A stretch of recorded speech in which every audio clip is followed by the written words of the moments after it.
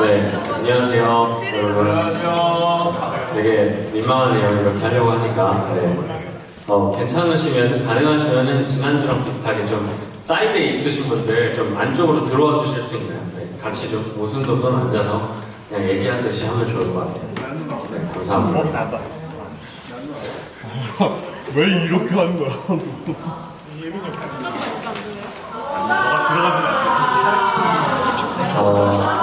네, 멘토 특강 3주차를 맡게 된 신입 멘토 유원석이라고 하고요. 네, 반갑습니다.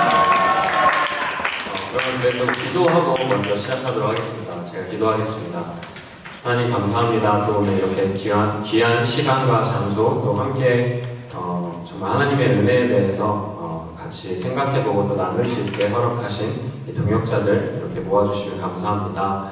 오늘도 우리가 이 자리에 모여서 주님의 사랑을 기억하고 또 감사하길 원합니다. 주님 우리 마음 가운데에 정말 주님의 사랑으로 가득 찰 수 있게 하여 주시고 주님의 사랑 안에 거할 수 있게 하여 주시옵소서.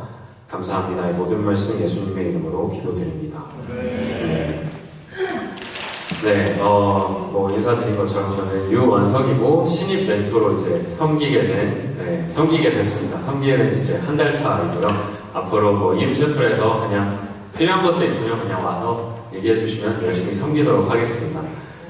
네, 그 3주 특강 중에 마지막 시간을 이렇게 맡게 돼서 뭘 해야 될까 되게 고민을 많이 했었는데 여러 가지 고민을 하고 또 아내랑도 상의를 해보고 그다음에 이제 전인성 목사님이랑도 좀 얘기를 해보다가 결정을 하게 된 주제는 예수님 안에서 자존감을 회복하고 또 지키는 법에 대해서 한번 얘기를 해보면 어떨까 싶었어요. 그래서 또 마침 주제가 지난주 이봉현 집사님 특강 시간에 오신 분들은 좀 마지막 부분에 시간이 많이 없어서 이제 잠깐 다루고 넘어가긴 했지만 그 베드로의 어떤 트라우마를 예수님이 어떻게 극복하게 도와주셨는지 그리고 그게 왜 중요하고 그게 우리 신앙에 있어서 예수님과의 관계에 있어서 왜 중요한지에 대해서 이제 사실 더 많은 시간 이렇게 사용할 수 있었으면 좋겠지만 시간상 이제 좀 짧게 다루고 넘어갔었는데 짧게 다루고 넘어가서 아쉬우니까 좀 그런 이야기를 계속해서 해보면 어떨까 해서 좀 자존감을 회복하고 지키는 법에 대해서 좀 준비를 해봤습니다.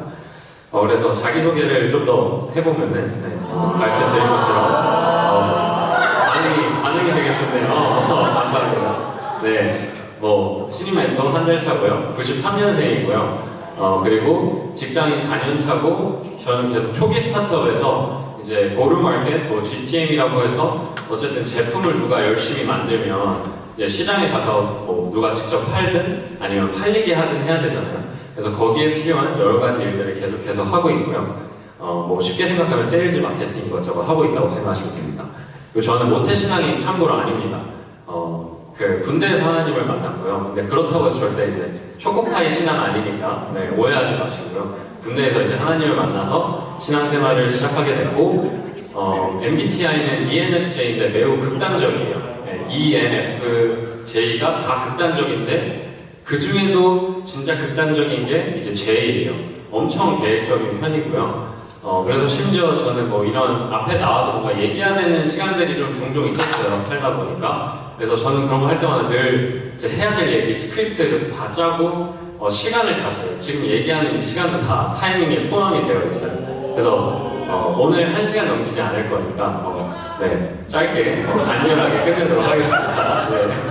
1시간 넘기지 않을게요. 너무 좋아. 그리고 엄청 계획적이어서 아내랑은 이제 그 구글 캘린더를 쉐어를 했었어요. 그래서 둘이 같이 뭘 하려면 아내가 저한테 그 캘린더 인비테이션을 보내줘야 돼요. 그래서 예스를 누르거나 뭐 이렇게 캘린더를 맞출 정도로 정말 계획적인 편입니다. 그리고 좀 MBTI에 대해서, 그러니까 저에 대해서 좀 더 얘기를 하면은 이 가운데 NF도 원래 되게 극단적인 편이었는데 직장 생활을 시작하다 보니까 이제 ST로서 얘기하고 생각하는 방법을 강제로 좀 배워야 되더라고요. 왜냐면 N에다가 F면은 그냥 이게 맞는 것 같은데 하고 가서 매니저한테 이게 맞는 것 같은데 I just feel right 하면은 이제 엄청 까요. 이제 데이터를 가지고 아주 현실적으로 논리적으로 막 얘기를 해야 되는 방법을 좀 많이 강요를 받다 보니까 직장 생활 시작한 이후에 저를 만나신 분들은 제가 엄청나게 T인 줄 알아요. 완전 뭐 로봇이라고 생각하는 사람들이 많은데 사실 그렇지 않고 엄청 울보고요. 오늘도 분명 울 가능성이 많습니다. 네. 그리고 또 MBTI 얘기를 제가 좀 많이 하는 이유는 뭐냐면은 아무튼 그래서 저는 T가 아니라 F고요. 특히 이제 하나님 얘기할 때 저 엄청 F고 많이 웁니다. 그래서 네, 좀 주의해 주시고요. 네, 그래서 오늘 이제 얘기는 그 예수님을 만나 자존감을 이제 회복당하고, 그러니까 제가 회복한 게 아니라 주님이 회복시켜 주신 거죠. 회복당하고 예수님 안에서 자존감을 지키는 방법에 대해서 얘기를 해볼 예정인데 총 3가지 파트로 나뉘어져 있어요. 첫 번째는 바닥을 뚫고 지하로 내려간 나의 자존감에서 저는 왜 자존감이 낮았고 자존감이 낮았던 저의 삶은 어떤 삶이었는지 좀 간단히 얘기를 해보고요. 파트 2는 그래서 예수님을 이제 나중에 만나고 난 이후에 어떻게 예수님이 자존감을 회복시켜 주셨는지에 대해서 얘기를 할 예정이고, 마지막 파트 3는 예수님 안에서 그 이후에 이제 새로운 삶을 살게 된 이후에 자존감을 어떻게 지켜나가고 있는지에 대한 이야기를 해볼 예정입니다. 제가 MBTI 얘기를 한 이유는 오늘 이야기가 매우 이모셔널 할 수 있어요. 네, 그래서 만약에 자기가 MBTI가 F다, F다. 잠깐만, T 손 들고, T. T가 꽤 많네요. 그래서 F이신 분들은 그냥 편하게 재밌게 그냥 얘기를 들어주시면 될 것 같아요. 뭐 노트 테이킹 이런 거 필요 없고요. 그냥 편하게 재밌게 들어주시면 되고요. T다 하시는 분들은 코드를 짜세요. 코드를 짜서 뭔가 지난날의 그 데이터베이스에서 감정이랑 비슷한 그 비슷한 모든 거를 최대한 불러오기 해주세요. 그래서 조금이라도 마음이 좀 촉촉하게, 네, 그래서 좀 얘기를 들어주시면 좋을 것 같습니다. 네, 그래서 이제 첫 번째 파트, 바닥을 뚫고 지하로 내려간 나의 자존감. 자존감이 왜 낮았을까에 대해서 먼저 얘기를 해볼까요? 저는 어렸을 때부터 왠지 잘 모르겠었지만 어쨌든 생각을 해보면은 되게 자존감이 좀 낮은 편이었고요. 그리고 그러다 보니까 기본적인 정서가 좀 불안한 게 있었어요, 늘. 근데 그 불안했던 이유가 이런 질문들을 좀 했어요. 내가 쓸모없는 사람이면 어떡하지? 그리고 내가 태어날 필요가 없는 존재면 어떡하지? 그리고 그래서 나는 사랑받지 못하면 어떡하지?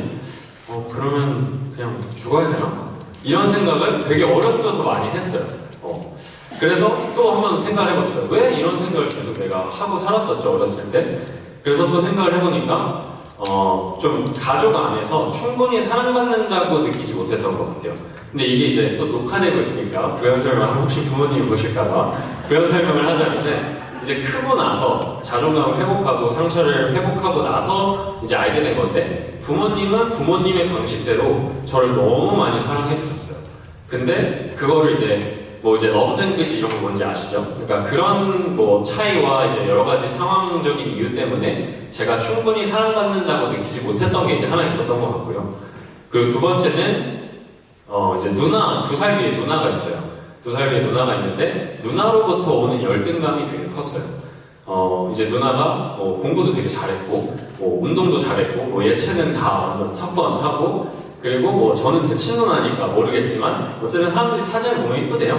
그래서 어쨌든 다 괜찮은 훌륭하신 분인가 봐요. 아무튼 근데 그런 누나를 이제 보면서 자라다 보니까 좀 뭔가 열등감이 되게 컸었던 것 같아요. 열등감이 크니까 누나는 이걸 잘하는데 나는 이걸 못하고, 그러니까 나는 뭔가 사랑받지 못하는 것 같고, 그러니까 뭔가 부족하고 이런 불안하고 이런 마음들이 계속 있었던 것 같은데, 좀 사이드노트로 얘기를 하면은 이제 저희 가족 아무도 안 믿어요. 그래서 이제 저만 나중에 군대에서 하나님 만난 건데, 한번 가족한테 이제 한 명씩, 엄마, 아버지, 이제 누나한테 한 명씩 복음을 전하는 시간이 있었는데, 오늘 이 이야기를 이제 하면서 예수님이 왜 중요하고 그런 중요한 예수님을 이렇게 소개하고 싶어 하면서 이제 얘기를 했던 적이 있어요. 그래서 이런 가정 안에서 이런 이야기들을 어머니랑 했었던 적이 있는데, 어머니는 반대로 그런 얘기를 하더라고요. 누나는 어렸을 때부터 너한테 열등감이 있었다, 이런 얘기를 하더라고요.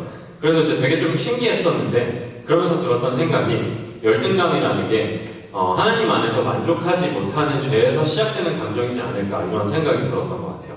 그래서 만약에 이 자리에 계신 분들 중에 열등감 때문에 조금 어려우신 분들이 있다라고 하면은 하나님 안에서 만족하실 수 있게 제가 축복하고 싶어서 이 얘기를 잠깐 했었고요. 어찌됐든 다시 돌아와서 가정 안에서 이제 이런 여러 가지 이유 때문에 사랑받는다고 느끼지 못하니까 이제 제가 찾았던 방법은 그러면 가정 밖에서 사랑을 받을 수 있게 떠나야겠다. 그래서 이제 사랑받기 위한 여정이 시작이 됩니다. 그래서 첫 번째 사랑받기 위해 했던 저의 노력으로 했던 것 중에 하나가 열정과 열심이에요. 그래서 저를 뭐 잘 아시는 분은 제가 열심히 살고 열정적이고 뭐 이런 거 잘 아시는데 이게 사실 여기서부터 온 거예요. 이제 어떻게 하다 이렇게 됐냐면은 어렸을 때 이제 초등학교 때쯤부터 보니까 좀 열정적으로 뭔가를 하기 시작하고 열심히 하면 이걸 싫어하는 사람들 아무도 없더라고요. 그래서 기본적으로 이것만으로도 내가 좀 사랑받으면서 살아갈 수 있겠구나라는 거를 터득하기 시작했던 것 같아요.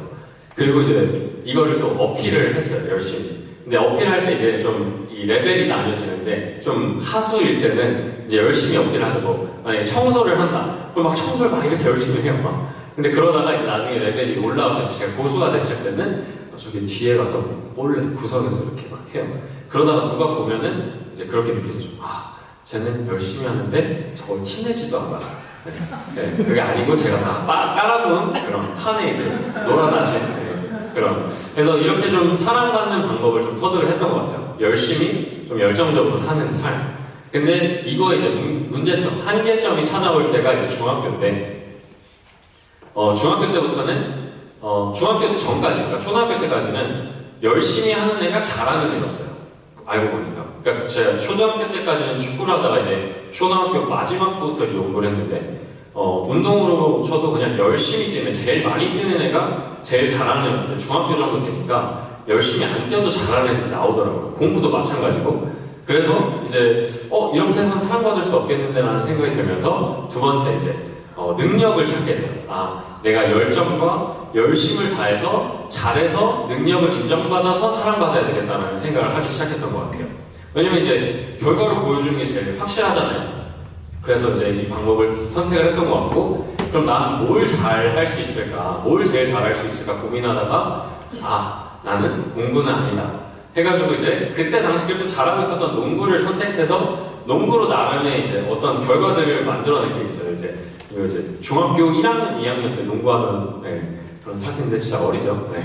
아무튼 나름의 결과를 만들었었는데 학교 한 2인자 정도 됐어요. 이게 무슨 뜻이냐면은 학교에 이제 농구팀 A가 있고 B가 있고 뭐 A팀 주장, B팀 주장 이렇게 있는데 제가 B팀 주장. 그래서 한 2인자 정도 됐었고 제가 이제 분당에 살았었는데 분당에서 나름 뭐 또 알아뒀었어요. 그 또래에서. 그래서 그 탄천 가면 쟤 잘하는 애 요런 느낌이 좀 나름 있었어요. 나름 뭐 믿거나 말거나.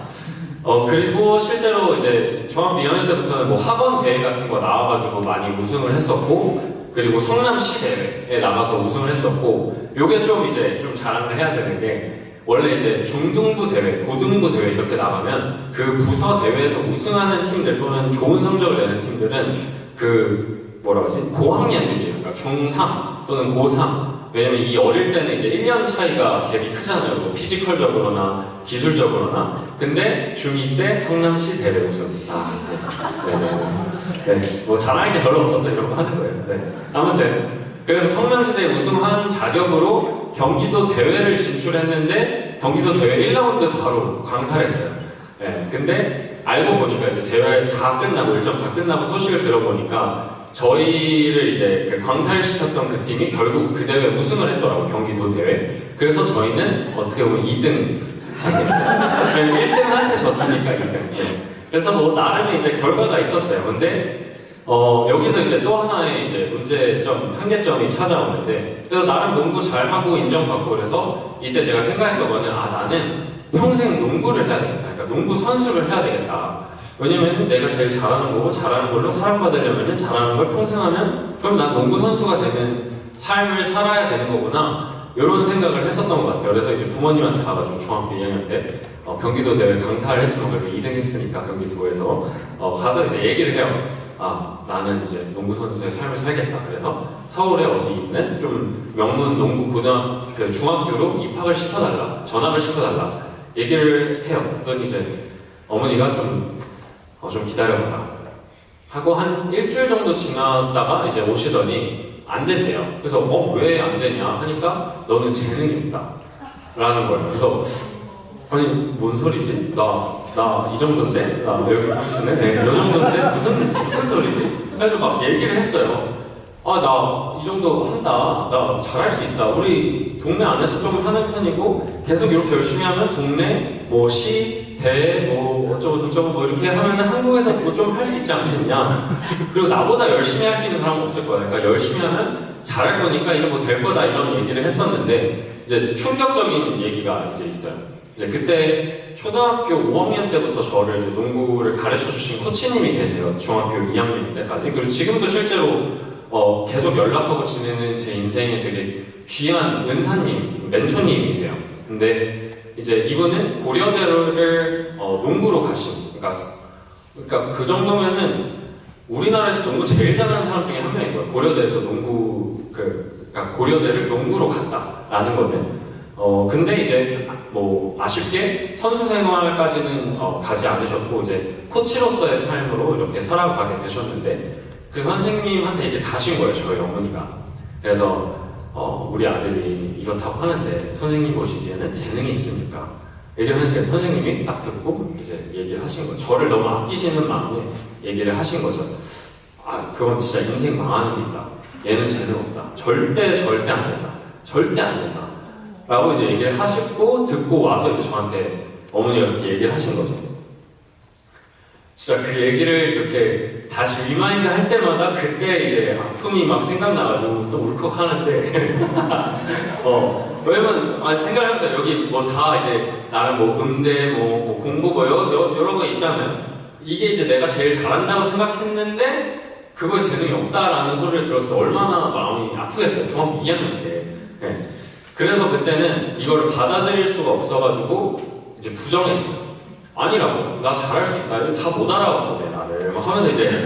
그러다가, 나중에는 거의 이제 폐류나가 돼가지고, 부모님이랑 싸우다가 어떤 지경까지 가냐면, 나는 이제 성공해서 막 챔피언십 파이널 막 MVP 갖고 이러면 이제 인터뷰 하잖아요. 막 여기까지 오시느라 얼마나 힘드셨습니까? 소감을 한마디 말씀해 주시면 하면, 막 저는 어쩌고저쩌고 이런 얘기 하잖아요. 그때 이제 부모님 앞에서, 나는 부모 없이 자랐다고 할 거라고. 왜냐면은 지원을 해주지 못할 망정 이 아들의 꿈을 이렇게 짓밟을 수 있냐. 그래서 나는 부모 없이 컸다고 그럴 거라고. 나 혼자 컸다고 그럴 거라고. 거의 이제 지금 생각하면 정신 나가는데. 근데 이제 그 정도로 마음이 많이 상해 있었어요. 근데 그러다가 중학교 2학년 말쯤에 이제 중학교 2학년이 거의 끝나갈 쯤에 제가 이제 제 마음속에 인정이 됐어요. 내가 재능이 없구나. 농구로는 내가 재능이 없구나. 그냥 지금 생각해도 재능이 없었어요. 재능이 없어요. 그래서 어떡하지 하다가 이제 그거를 인정하는데 몇 달이 걸렸어요. 그리고 이제 부모님한테 가서 말씀을 드렸어요. 중학교 2학년 12월에 가서 이제 어머니한테 얘기를 했죠. 공부를 하겠다. 농구 안 하고 공부하겠다. 그렇게 얘기를 하더니 중학교 3학년 3월 그러니까 입학하자마자 그 자퇴 처리가 됐어요. 제가 알고 보니까 어머니가 자퇴 신청을 했어요. 그리고 유학을 보내려고 하시더라고요. 갑자기 저를. 그래서 저는 그해 여름에 유학 가는 게 결정이 되어 있었어요. 그러더니 이제 영어 공부를 하래요. 저보고.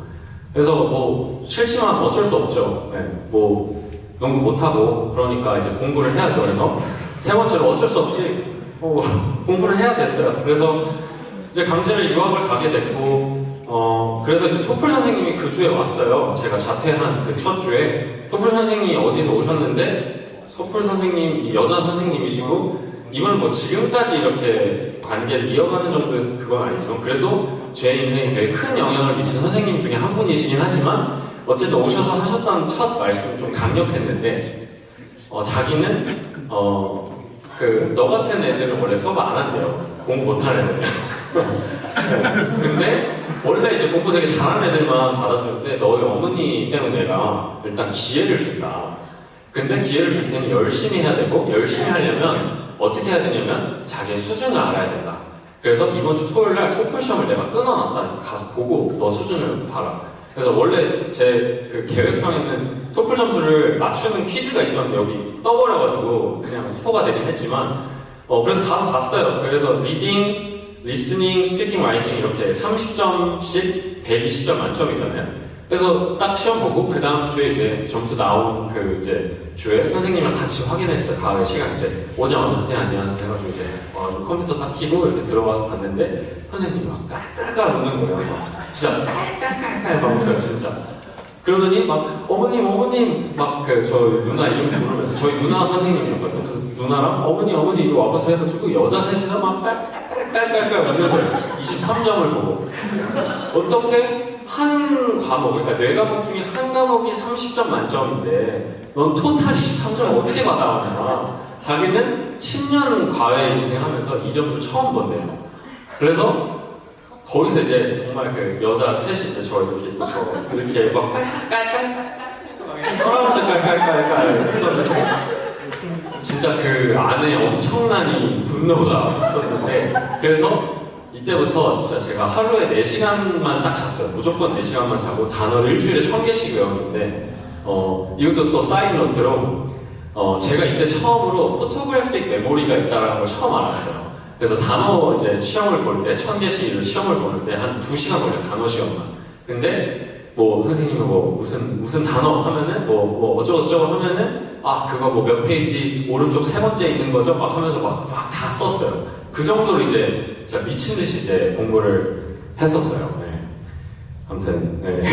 진짜 쉽지 않았는데 뭐 이거 말고도 자존감이 좀 박살나게 되는 그런 경험을 했던 이야기들이 참 많이 있지만 뭐 이거 계속 얘기하면 여러분들의 자존감도 같이 바닥이 날 것 같아서 아니면은 이거 다 얘기하면은 뭐 너무 얘기가 길어질 것 같아서 이 정도까지 하면 될 것 같고 어찌됐든 이런 식으로 좀 자존감이 계속해서 좀 망가지는 박살나는 그런 사건들이 많이 있었고 그러다 보니까 이제 낮은 자존감에서 불안감에서 이제는 그냥 늘 분노 상태에 있는 왜냐면은 그냥 여기 있는 것처럼 열심히 해서 잘하고 싶어서 잘하고 싶었고 잘해서 좀 능력도 인정받고 사랑도 받고 싶고 그래서 태어날 가치가 있는 존재라고 그냥 느끼고 싶었을 뿐인데 그래서 열심히 하는데 그게 안 되는 거예요. 그러니까 왜 나를 사랑해주지 않는 거야?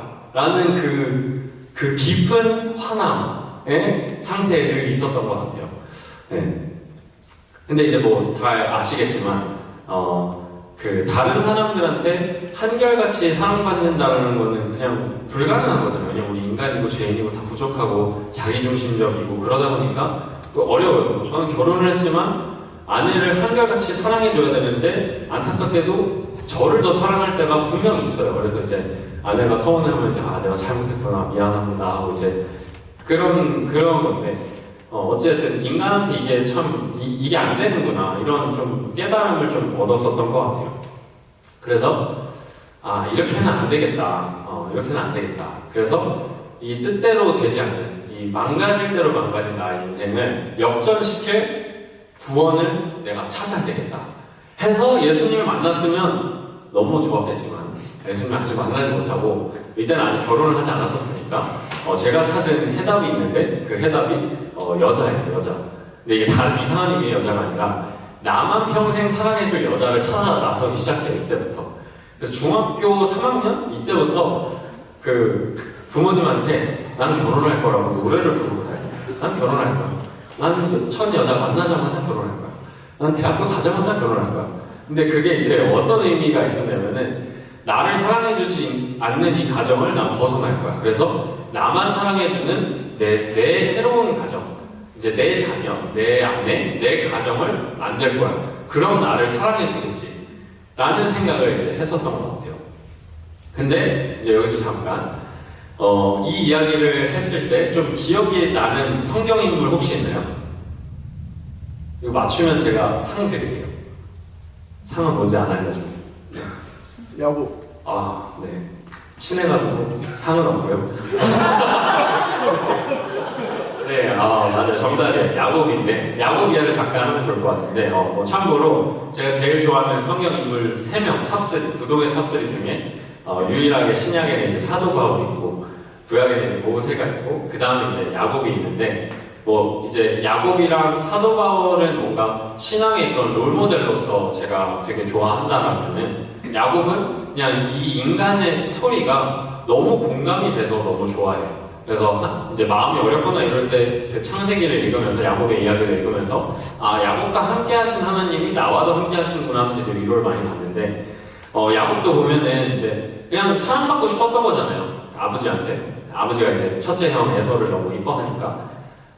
그래서 아버지한테 사랑받지 못했던 상처가 있고 그 상처를 어떻게 뭔가 자기 나름대로 최선의 어떤 노력이나 선택을 해가지고 그걸 메꿔보려고 했는데 계속해서 뜻대로 되지 않고 사랑받고 싶었던 가정에서 사실 쫓겨나듯 도망가게 되고 가서 이제 뭘 찾죠? 인생을 역전시킬 구원되는 그 이제 여자 라헬을 찾죠. 라헬 보자마자 라헬 이제 아버지 되는 그 삼촌 라반한테 가가지고 7년을 일하겠습니다. 그게 이제 뭐 어떤 목사님 설교에서 들어보니까 그때 당시 품삯으로 뭐 어떻게 해가지고 아무튼 말도 안 되는 금액이래요. 그래서 막 그러면서 목사님이 형제님들 뭐 이런 식으로 여자를 사용하면은 그러면은 결혼할 수 있을까 막 이런 얘기를 하셨던 그거 기억이 나는데 어찌됐든 그만큼 간절했던 거죠 야곱한테는. 그리고 그만큼 이렇게 하면 내 인생이 바뀌겠지라는 생각을 하지 않았나라는 생각이 드는데 어쨌든 이 얘기를 가지고 이제 파트 2로 넘어가면 좋을 것 같아요.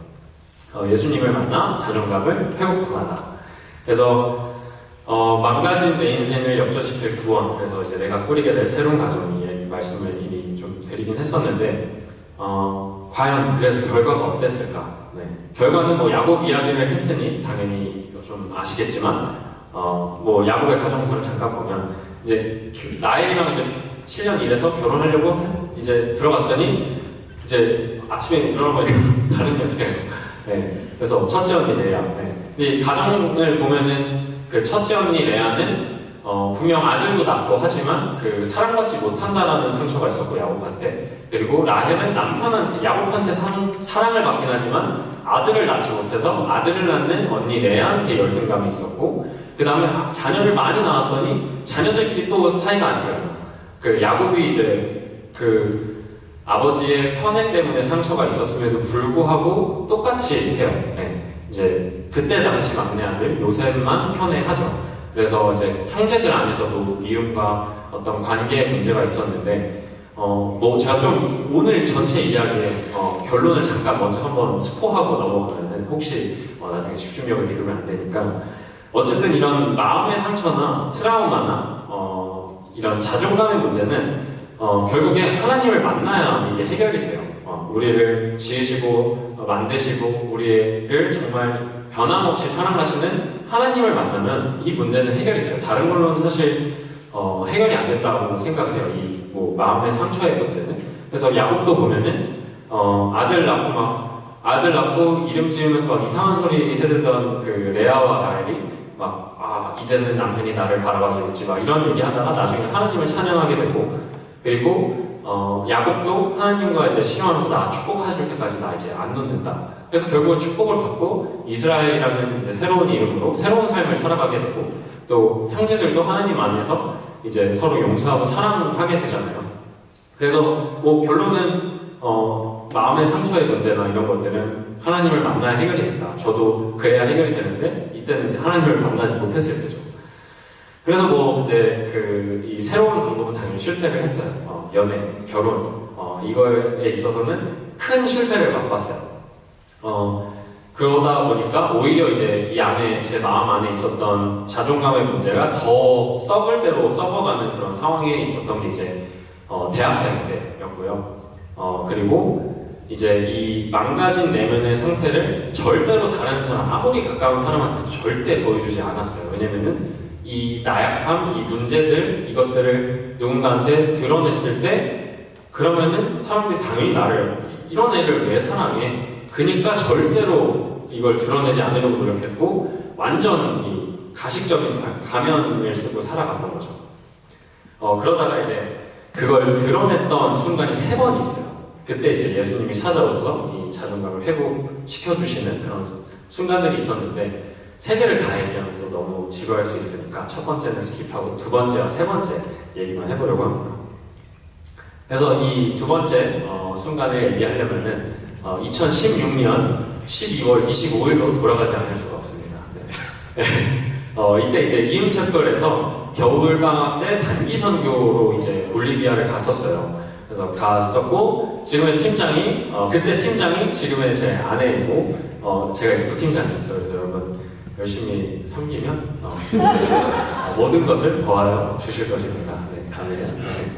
아무튼 네, 그랬었는데 근데 이 특이한 게 뭐냐면은 저는 이 선교를 진짜 가기 싫었어요. 네.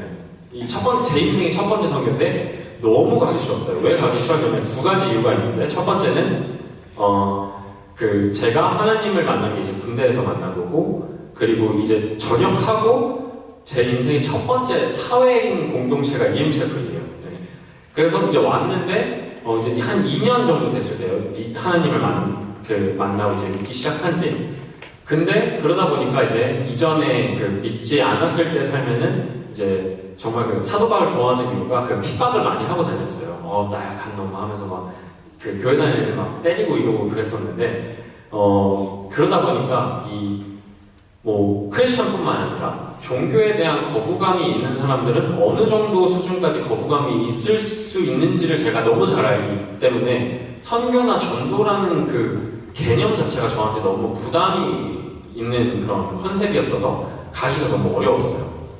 그리고 두 번째는 선교 회비가 1,000불이었는데 이때 저희 집이 좀 어려웠어요. 그래가지고 한 달 생활비가 그렇게 많지는 않은 그래서 이 1,000불을 내려면은 한 2-3달치 생활비를 그냥 다 넣어야 돼요.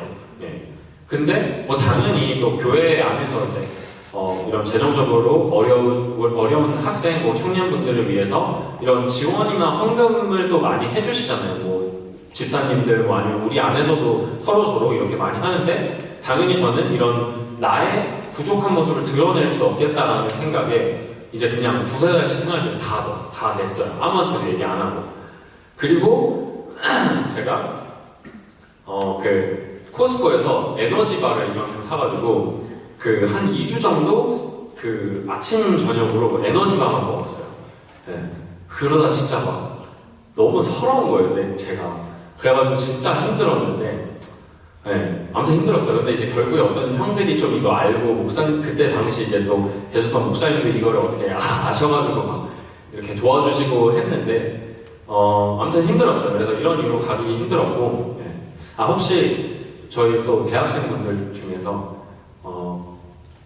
제가 밥 사주셨으면 하시는 분들은 편하게 진짜 오세요. 네. 편하게 오세요, 진짜. 네, 진짜 제가 맛있는 거 많이 사드릴게요. 아무튼 저는 이제 이때 힘들었는데 이런 이유로 이제 선교가 가기 되게 싫었어요. 근데 억지로 가야 되는 상황이었고 왜 억지로 가야 되는지는 까지 얘기하면은 한 3주 특강을 해야 되거든요. 그래가지고 이거는 스킵하고 그냥 넘어갈게요. 근데 억지로 그냥 가야 됐어요. 궁금하시면 찾아오시면 제가 이제 귀에 피날 때까지 얘기해드리거든요. 근데 어쨌든 가야 되니까 돈도 냈고 부를 수도 없고 그러면 어떻게 하면은 내가 이 선교를 좀 유의미하게 해볼 수 있을까. 그래서 이제 부팀장으로 섬기게 됐어요. 그래서 선교 가고 싶은 마음이 좀 더 생기지 않을까. 그 다음에 좀 더 즐겁게 준비할 수 있지 않을까. 책임감을 가질 수 있지 않을까. 이런 생각에서 이제 그때 이제 팀장이었던 아내가 이제 부팀장 자원 받는 거 해가지고 그냥 자원을 했어요. 그래서 부팀장이 되게 됐는데 문제는 좀 좋은 효과가 날 줄 알았던 이 자원이 완전 망했어요. 네. 왜 그러냐면은 이제 리더십이 된 거잖아요. 이 단기 선교팀 안에서 리더십이 되니까 이제 아는 것들이 많아져요. 뭔가 팀원 하나하나 뭔가 여러 상태, 진행 상황 이런 아는 것들이 많아지다 보니까 팀원들을 쉽게 정지할 수 있어요. 네. 진짜 잘못됐는데 어쨌든 그래서 선교 준비하는 한 3달부터 가서 선교 일정 한 열흘 정도까지 거의 선교 내내 팀원들을 정지하다가 끝났어요. 이 선교가. 근데 어떤 정지를 했냐면은 도대체 카톡은 왜 안 읽는 거야? 공지를 아무리 열심히 작성해서 올려도 읽질 않아요. 관심이 없나 봐요. 그리고 당일날 연습에 갑자기 못 온대요. 시험이 어쩌고 저쩌고 시험은 나는 안 보나? 막 이런 생각이 막 드는 거죠. 그리고 선교지에 갔어요. 선교지에 갔더니 아침에 이제 당연히 말씀으로 또 마음을 거룩하게 해가지고 이제 또 이 은혜를 흘려보내야 되는데 자들 안 와요. 큐티 모임에. 그래서 얘는 도대체 선교를 하겠다는 건가? 막 이런 생각이 들고 그러다가 이게 어디까지 가냐면은 얘네는 돈이 많아가지고 부모님들이 놀러 왔네. 놀러 와가지고 그냥 놀고 있네. 그런 생각을 막 해요. 그래서 이제 계속 정제하다가 당연히 은혜 되는 거 하나도 없죠. 그러고 있었던 상황 이제 문제의 밤이 찾아옵니다. 네, 12월 30일 2016년 수요일 공교롭게 그날 그 자리에 저와 함께 했던 분이 3명이나 있어요. 이 자리에. 2명인가? 두 명이나 있어요. 네, 두 명이나 있어요. 이제 이게 무슨 날이냐면 딱 사역 그 전체 열흘 일정이 중간 일정이에요. 그래서 이제 같이 그 선교 일정을 인도해 주셨던 목사님이 우리 이제 중간 점검을 하자. 그래서 밤에 일정 다 끝나고 다 같이 동그랗게 이렇게 앉아가지고 돌아가면서 어떤 은혜를 주님께서 주셨는지 우리 한번 돌아가면서 나눠보자. 그래서 저한테 첫 번째로 나눠줘요. 제가 바로 목사님 옆에 앉아있었거든요. 저는 첫 번째로 나누면 안 될 것 같은데요. 그래가지고 아 그래? 알겠어 하고 이제 제 바로 오른쪽부터 돌아가면서 나눴어요. 그래서 뭐 아이들이 너무 이쁘고 사랑스럽고 뭐 하나님이 함께 하시는 것 같고 막 이런 얘기를 막 해요. 그래서 저는 또 정죄를 하죠. 울고 있네. 울고 있네. 뭐 무슨 은혜야. 무슨 너는 놀러 왔으면서 막 그런 정죄를 하고 있다가 이제 마지막 제 순간이 됐어요. 목사님도 나눴고 목사님이 그래 원서가 한번 나눠볼래? 하는데 이제 어떡하지 하다가 처음으로 이 모든 마음을 그 모든 사람들 앞에서 헌데 한 열 몇 명 정도 되는 팀원들 앞에서 그 이야기를 하게 돼요. 나 그동안 너무 이렇게 정죄하고 있었고 이런 마음이 들고 나는 도대체 여기 왜 왔는지 모르겠다. 나 이렇게 고생해가지고 왔는데 뭔가 하나님이 나를 여기에 왜 데려오셨는지 진짜 모르겠다. 모르겠다. 그리고 그러면서 이제 마지막 그런 얘기를 해요. 예수님이 도대체 나 같은 부팀장 때문에 정말 힘드시겠다. 너무 피곤하시겠다. 그래서 난 쓰레기다. 뭐 내가 쓰레기예요, 여러분. 막 이런 식으로 막 얘기를 막 해요. 그리고 딱 요 자세로 혼자 막 엉엉 울기 시작해요. 제가 혼자 진짜 이러고 지금 살짝 훌쩍훌쩍 하는데 왜 울었냐면은 이때는 절망감이 울었어요. 왜냐면 내 인생은 이제 끝났다. 이 교회를 아마 떠나야 될 것 같다. 보스턴도 떠나야 될 것 같고 유학 커뮤니티도 아마 떠나고 나는 저기 어디 가야 되지? 아무튼 모르는 어디 수리남 이런 데 가야 돼. 아무튼 나는 이제 끝났다. 난 끝났다. 왜냐면 이런 애를 누가 사랑하겠냐. 그런 생각이 막 울고 있었어요. 이 자세를. 이 자세를 울고 있었는데 그때 그냥 이건 저의 그냥 느낌이에요. 어떤 느낌이 들었냐면은 이러고 울고 있었어요. 이러고. 근데 예수님이 와서 이렇게 쓰다듬어 주시면서 그냥 괜찮아. 그렇게 이제 해주시는 거예요. 괜찮아. 그래서 더 울었어요. 그래서 울었어요. 다 동그랗게 앉아있는데 혼자 막 울고 그런 제가 최근에는지 갑자기 팀원들이 그날 미팅 끝나고 원오원을 하죠. 그 밤에. 그래서 이제 아내가 됐던 팀장이었던 지금 아내도 와서 얘기 잠깐 하자 오빠 해가지고 또 얘기하고 또 마침 또 멀리서 온 저희 성복 형제도 형 얘기 좀 해요. 갑자기 불쌍히 나가고 갑자기 하나님 안 믿고 이럴까봐 설교까지 왔는데 그래서 막 그러더라고요. 근데 어쨌든 이때가 처음으로 진짜 예수님이 나를 사랑하신다라는 거를 진짜 인격적으로 체험한다는 게 이런 건가 하는 걸 처음 느꼈던 순간이었던 것 같아요. 네. 두 번째네요. 첫 번째 스킵했으니까.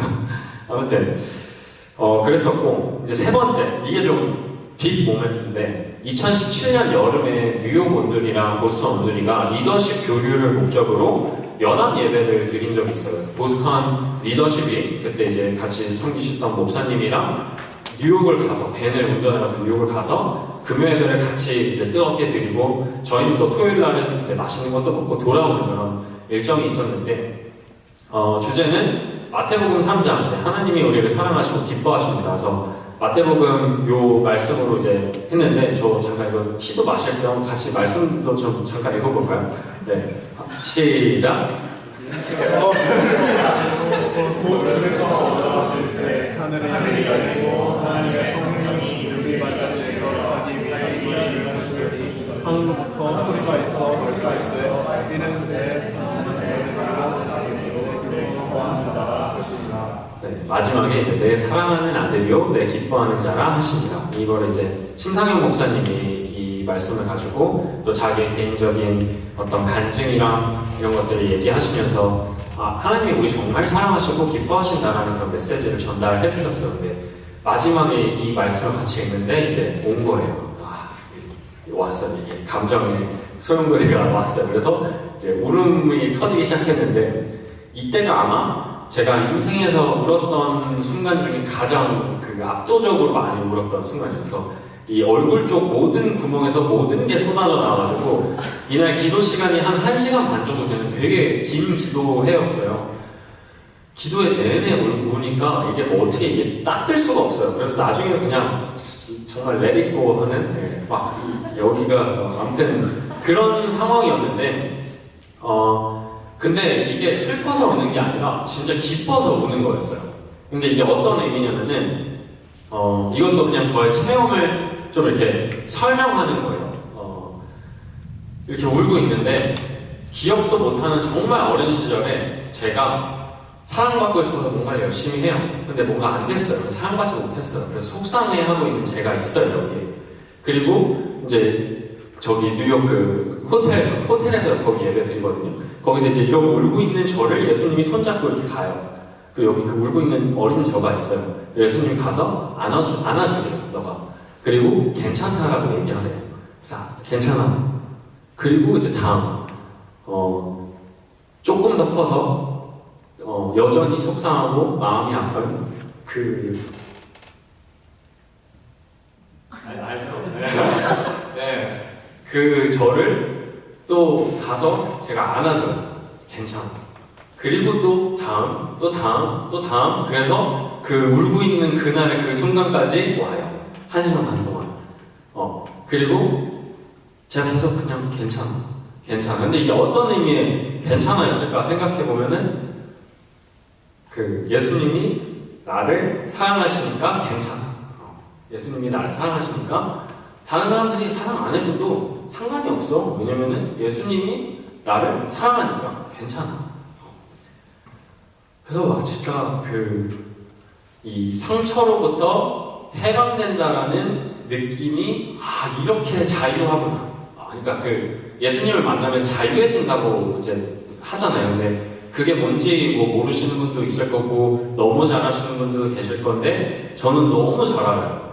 그냥 진짜 그 모든 사람들의 눈치를 보고 살고 내가 이 말을 했을 때 저 사람은 이런 표정을 지었는데 저 뜻은 무슨 뜻일까? 내 말이 마음에 안 들었던 건가? 내가 뭘 잘못했나? 뭐 이럴 필요가 없어요. 왜냐면 예수님이 나 사랑하시니까. 예수님이 사랑하시니까. 그래서 이날 이후로는 진짜 아예 새로운 삶을 살게 된 것 같아요. 네.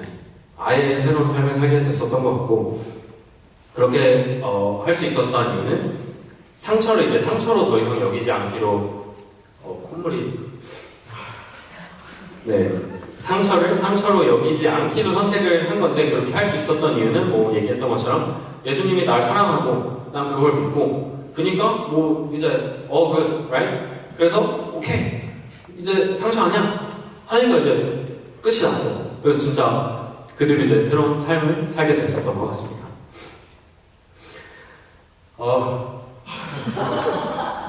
그래서 진짜 참는 능력이 많이 좋아졌죠. 저를 예전부터 아시는 분들 그래서 참는 능력이 많이 뛰어나졌어요. 네. 그래서 이제 파트 3 마지막 부분인데 예수님 안에서 자존감을 지키는 방법. 그래서 이렇게 자존감을 회복당하고 나서 새로운 삶을 살게 되긴 했지만 그렇다고 해서 막 완전 뭐랄까 이런 공격으로서 자유한 건 아니에요. 늘 사단 마귀는 저를 이제 이렇게 틈을 보면서 공격을 해요. 특히 사람마다 어떤 부분에서 내가 되게 vulnerable한지는 다 다른데 저는 이 부분이 그래요. 관계 안에서 사랑받지 못하면 어떡할까라는 부분이 저의 가장 큰 그 vulnerability인데 이걸 이제 공격을 하는 거죠. 내가 그러지 못하면 어떡할까라는 순간들이 이렇게 공격을 하는 거죠. 그래서 공격하는 방법은 여러 채널과 뭐 이런 상황을 활용해서 너는 부족해, 너는 쓸모없어, 너는 사랑받을 자격이 없어, 예수님의 사랑은 부족해. 그러니까 뭔가 다른 걸 찾아, 뭔가 다른 걸 의지해 라는 메시지를 저한테 뭔가 여러 방식으로 저한테 주는 거죠. 근데 그래서 그럼 이걸 어떻게 지키냐 라는 이야기를 좀 간단하게 해보면 좋을 것 같은데 뭐 이것도 너무 많아요 사례가. 근데 또 당연히 다 얘기하면 시간이 너무 길고 하니까 궁금하시면 찾아오시면 제가 그 귀에 피날 때까지 얘기해드릴게요. 그래서 첫 번째 사례는 그 2016년 그 볼리비아 단기 선교를 돌아오고 나서 예수님 딱 만나고 아, 있는 그대로 나를 사랑하시는 예수님, 그래, 난 이제 있는 그대로 살아가겠어 하고 교회에 와서 있는 그대로의 거칠고 조금 다소 폭력적이었던 저를 드러내요. 이제 원래 교회는 막 형제님 축복합니다, 자매님 축복합니다, 막 이런 느낌이잖아요. 근데 갑자기 어서 내가 등장하더니 개빡쳐, 개쉬워, 막 이런 얘기를 하니까 교회 리더들이 갑자기 특히 이제 자매님들이 많이 이렇게 경계를 했어요. 쟤 뭐지? 그래서 좀 지적을 많이 당하기 시작했어요. 너 그러면 안 돼. 그렇게 화를 내면 안 돼. 그렇게 화가 나 있으면 안 돼. 그렇게 말하면 안 돼. 근데 이게 이제 지금 생각해보면은 당연히 교회 리더들로서 당연히 저한테 해줘야 되는 어떤 가이드고, 그쵸? 그리고 도움이 되는 가이드, 실제로 그것 때문에 이제 저도 많이 신경을 쓰니까. 근데 그때 당시에 이제 마음이 연약했던 저의 그 상태로서 이걸 어떻게 받아들이냐면은 저의 실수에 대한 어떤 가이드가 아니라 그냥 내가 인정받지 못한다라는 생각이 들었던 것 같아요. 있는 그대로 이제 용기를 내서 이렇게 활짝 열었어요, 교회에서. 근데 너무 활짝 연 거죠. 너무 모두에게, 소수에게 이게 건강하게 받아주실 수 있는 아주 건강하신 분들한테 이렇게 딱딱딱 해야 되는데 그걸 이제 몰랐죠, 제가. 그러니까 이제 또 무너졌어요. 뭐야, 예수님이 나 있는 그대로 사랑한다고 했는데 얘는 왜 나 있는 그대로 사랑 안 해줘? 뭐야, 얘는 예수님 사랑 안 하나? 아니면 내가 뭐가 잘못됐나? 그래서 막 이런 고민을 하다가 이제 또 마침 전체 수련회를 이제 그렇게 가게 되면서 또 어떤 좀 저보다 훨씬 형이었던 그 형이 되게 위로와 사랑의 말을 많이 해줬어요. 전혀 문제될 거 없다. 나는 너가 좋은데 걔네가 이상한 거다. 막 하면서 막 형이 이제 저 편을 많이 들어줬어요. 그러면서 이제 그냥 그걸로 그냥 좀 위로가 됐었던 것 같고 또 그러다가 보니 이제 그때 이제 계셨던 목사님, 뭐 지금의 이제 아내, 그 다음에 또 주님께서 허락하셨던 귀한 동역자들이 저를 진짜 많이 사랑해줬어요. 진짜 있는 그대로 되게. 그리고 즐거워해줬어요. 너 참 화가 많네. 하하하. 화나는 친구네. 그렇게 해줬어요. 네. 그리고 이제 그때 이제 목사님이 또 살짝 사기를 저한테 쳤는데, 원서가 화가 많은 건 사랑이 많은 거야. 사랑이 없으면 화도 안 나. 그래서 내가 사랑이 많았구나. 나는 사랑이 많은 거였어. 하면서 이제 나는 사랑이 많은 사람으로 세상이 돼요. 네. 그래서 그렇게 이제 좀 동역자분들의 도움을 통해서 극복했던 사례가 하나 있고요. 두 번째 사례, 이게 좀 세요. 이게 좀 센데 녹화가 또 되고 있어서 좀 많은 디테일한 내용을 좀 말씀드리긴 어렵지만 구원이라 여겼던 그 여자 관계에서 바람을 맞아요. 근데 뭐 바람 맞을 수 있죠. 맞는 사람들 요즘 보면 꽤 있는 것 같더라고요. 요즘 세상이 이상해가지고 아무튼 많이 있더라고요. 근데 저한테 이게 되게 큰 데미지로 다가올 수밖에 없었던 게 이제 구원이라 여겼던 그 관계에서 마치 그런 거예요. 생각해보세요. 하나님과 나와 관계 이렇게 있는데 하나님이 갑자기 나 너 말고 다른 친구가 생겼어. 그래서 나 너랑은 이제 안 그럴 거야. 뭐 어떨 것 같아요? 말도 안 되는 거잖아요. 그러니까 그런 느낌인 거예요. 그래서 어떤 행동을 제가 했냐면 그 이후에 그 이제 저를 대신했던 그 형제님의 인스타그램에 들어가서 그 사람을 막 봐요. 보고 비교해요. 그리고 또 열등감을 느껴요. 내가 이게 부족했구나. 내가 저게 안 됐구나. 그래서 내가 아니라 쟤구나. 그렇게 이제 진짜 이제 많이 왔거든요. 자존감 많이 세웠는데 이게 진짜 확 무너져요. 근데 그럼 어떻게 이걸 또 이겨냈냐 중요한 부분이죠.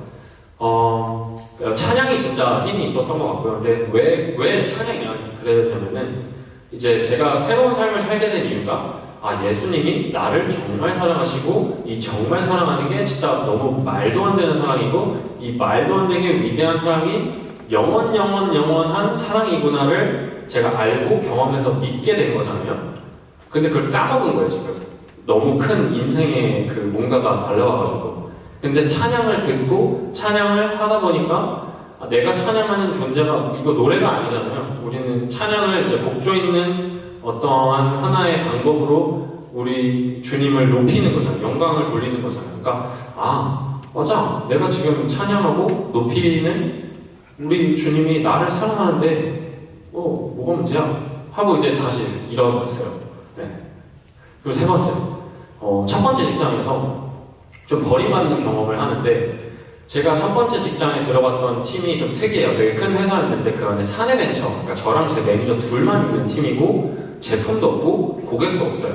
그래서 둘이 그냥 사실 스타트업 같이 하는 거예요. 그 큰 회사 안에서. 그래서 제가 뭘 알겠어요. 대학교 졸업하고 처음 들어갔는데 근데 열심히 했어요. 재밌게 했고 열심히 했고 기도하면서도 했어요. 하나님이 보내신 직장이라고 생각해서 열심히 해서 성과가 되게 많이 있었어요. 첫 계약도 제가 따오고 이제 잠재 고객들 이렇게 많이 물어보고 그래서 이제 CRO라고 해가지고 Chief Revenue Officer예요. 그래서 최고 매출 책임자. 그래서 회사에 당시 한 3인자 정도 되는 왜냐면 회사의 모든 매출을 책임지는 사람이니까 그 사람이 우리 팀을 보고 여기는 가능성이 있네 해가지고 투자를 하기도 시작해요. 그러면서 외부에서 아주 유능한 GM을 데린 거예요. 제너럴 매니저. 그러니까 이 팀의 모든 것들을 알아서 살짝 미니 CEO처럼 이렇게 비즈니스를 운영해줄 아주 유능하신 분을 데리고 들어와요. 그리고 데리고 들어오고 나서 얼마 안 돼서 제가 이제 H1B 로터리가 떨어져가지고 한 몇 달 뒤에 한국을 가거나 어쨌든 미국을 떠나야 되는 상황이 됐어요. 그래도 뭐 어쨌든 제가 또 여태껏 이 팀에 제가 다 했다 이건 아니지만 많은 컨트리뷰션이 있었으니까 떠날 때까지는 내가 또 여기서 뭔가 뭘 할 수 있을까 되게 이제 기대에 막 차가지고 재밌겠다 GM도 온대 막 매니저랑 둘이 신나가지고 그러고 있었는데 그 GM이 온 첫 주차 때 원어원을 하는데 매니저가 저보고 나가야 된다는 거예요 팀을. 그래서 why 하니까 이제 이제 그 이해는 가요. 뭐라고 얘기했냐면은 자기도 왜냐면 이제 매출과 관련된 쪽 사람들은 성과에 대한 부담이 되게 커요. 왜냐면 이건 그냥 결과로 나오는 거예요. 매출을 냈냐, 못 냈냐, 이만큼 냈냐, 이만큼 못 냈냐. 그러니까 이 사람도 똑같은 거예요. 그러니까 자기도 되게 큰 부담이 있고 빨리 팀빌딩을 해서 빨리 성과를 만들어야 되는데 근데 내 입장에서 한 몇 달 뒤에 떠날 팀원을 데리고 가는 거는 나한테는 너무 어려운 결정이다. 그렇게 얘기를 하는 거예요. 그래서 뭐 충분히 이해한다, 알겠다. 그러면은 나는 다른 팀을 찾아볼게. 이렇게 하고 미팅이 끝났어요. 그리고 침대에서 이제 엄청 울었어요. 왜냐면은 이제 뭔가 그 능력을 막 인정을 받은 거예요. 그 직장에 처음 가가지고 능력을 인정받았고 그래서 펀딩도 받았고 새로운 사람도 들어왔고 됐는데 갑자기 그냥 그때 인간적인 마음으로는 내가 다 했는데 내가 쫓겨나? 뭐야 이게? 하나님 도대체 이거 어떻게 된 거예요? 막 하나님 원망하기도 하고 막 그랬는데 그때 이제 아이자야 새로운 앨범이 나왔는데 그때 신실하신 주님 그 찬양을 막 들으면서 그래 우리 주님 신실하신 주님이시니까 또 그리고 신실하신 주님이 또 나 사랑하시니까 뭔가 새로운 계획이 있나 보다 하고 또 이제 그냥 훌훌 털고 또 이제 일어나게 됐어요. 네. 그래서 어쨌든 좀 이 자존감을 공격받는 순간들을 어떻게 내가 이겨낼 수 있을까 정리를 하면 나를 사랑하시는 예수님을 기억하는 게 제일 중요한 것 같고 이걸 기억하려면 그냥 기억해야지 기억 이런다고 기억이 되진 않아요. 어떻게 해야 되냐면 너무 정답이 나와 있어요. 말씀과 기도와 찬양을 매일매일 해야 되는 건 너무 당연한 거예요. 근데 당연히 우리 학교도 다녀야 되고 일도 해야 되고 연애도 해야 되고 여러 가지 바쁘니까 세 가지 다 하는 거 힘들 수 있어요. 그러면 진짜 하나라도 해야 되고 그 하나가 자기가 제일 편한 거여도 상관없어요. 저는 찬양이 그래요. 그래서 말씀을 매일 당연히 읽으려고 하지만 안 될 때는 그래도 찬양이라도 늘 듣고 찬양을 늘 불러요. 네. 누구는 그게 기도시고 누구는 그게 말씀이시면은 그거라도 꼭 하시면서 주님을 기억하실 수 있어야 이게 스스로를 지킬 수 있지 않을까 생각합니다. 그 두 번째는 제가 지금 이 순간에 하고 있는 것처럼 이 기억을 많이 나누시는 걸 추천을 드려요. 그렇게 하는 이유는 이 예수님의 사랑에 대한 그 순간들, 기억들을 간증한다고 하잖아요. 기억을 많이 나누면 나눔을 받는 그 대상자들도 은혜가 있죠.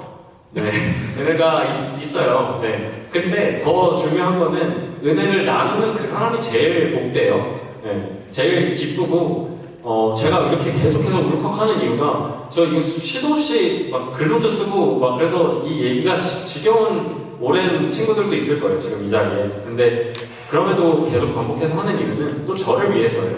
왜냐면 제가 이거를 다시 기억하고 이 기억이 그냥 뭔가 1994년 막 이랬지, 2016년 이랬지 뭐 이런 게 아니라 정말 오늘 나를 오늘도 똑같이 사랑하시는 예수님을 기억할 수 있는 제일 좋은 방법인 것 같아요. 그래서 말씀과 기도와 찬양으로 우리를 너무 사랑하시는 주님을 기억하기 위해 노력하셔야 되는 것 같고, 그 기억을 또 많이 나누시기 위해 노력하셔야 되는 것 같습니다.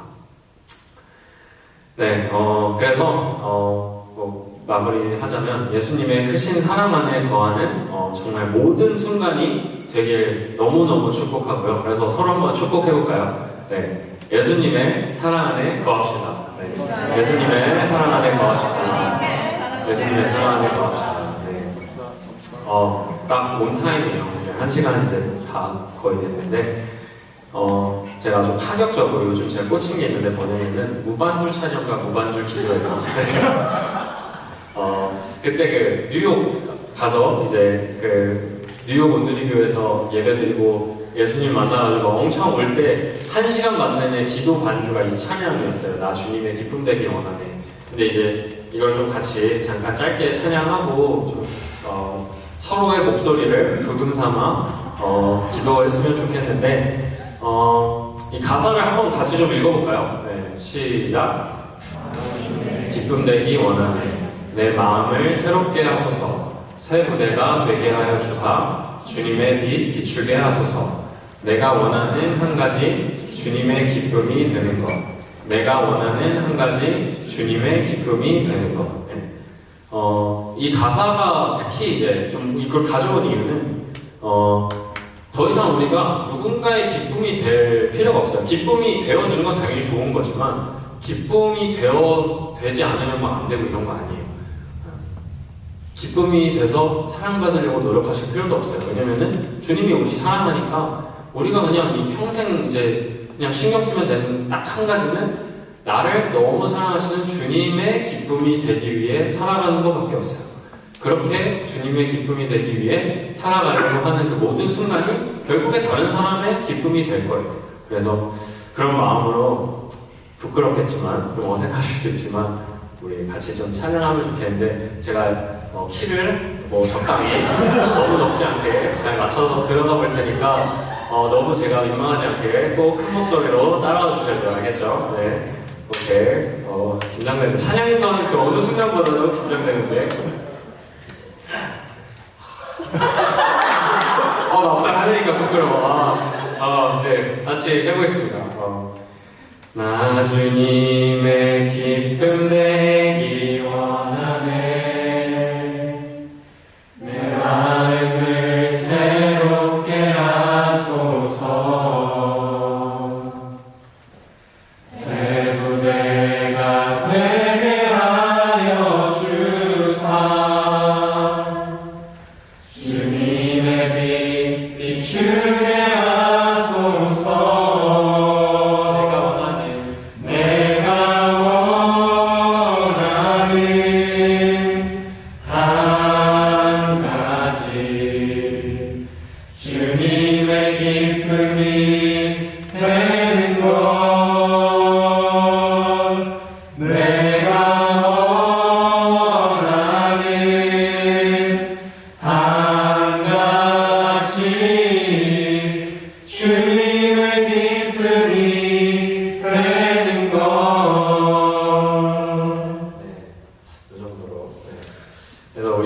기도했으면 하는 거는 아까 얘기한 것처럼 서로의 목소리를 부금 삼아 기도하면 좋겠는 건 만약에 우리 안에 어떤 상처가 있다면 주님의 사랑을 통해서 우리가 회복되기 원한다고 기도하셨으면 좋겠고요. 만약에 내가 아는 누군가가 이런 마음의 상처로 어려움을 겪고 있다라는 걸 내가 알고 있다면 주님 그분 꼭 만나주셔서 그분의 마음 안에 있는 어떤 어려움들이 상처들이 정말 주님 안에서 회복되고 자유함을 느낄 수 있도록 중보하는 시간, 잠깐 기도하는 시간 갖겠습니다. 기도하겠습니다.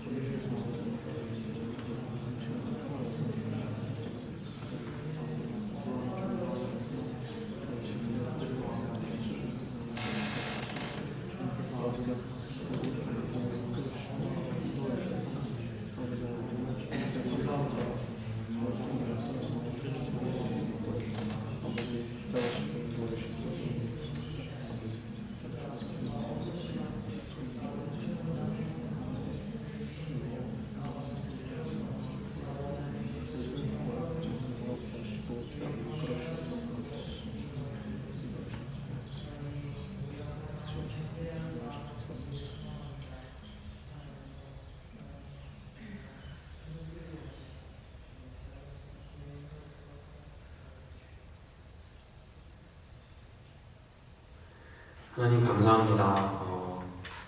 하나님의 너무나도 놀라우신 그 사랑을 우리가 함께 또 나누는 시간 허락하시면 감사하고, 또 이 사랑을 우리가 기억하고 이 사랑에 대한 감사로 매일매일 우리의 삶 속에서 주님께 영광 돌리며 주님께 감사의 찬양을 올려드리며 살아갈 수 있게 하여 주시옵소서.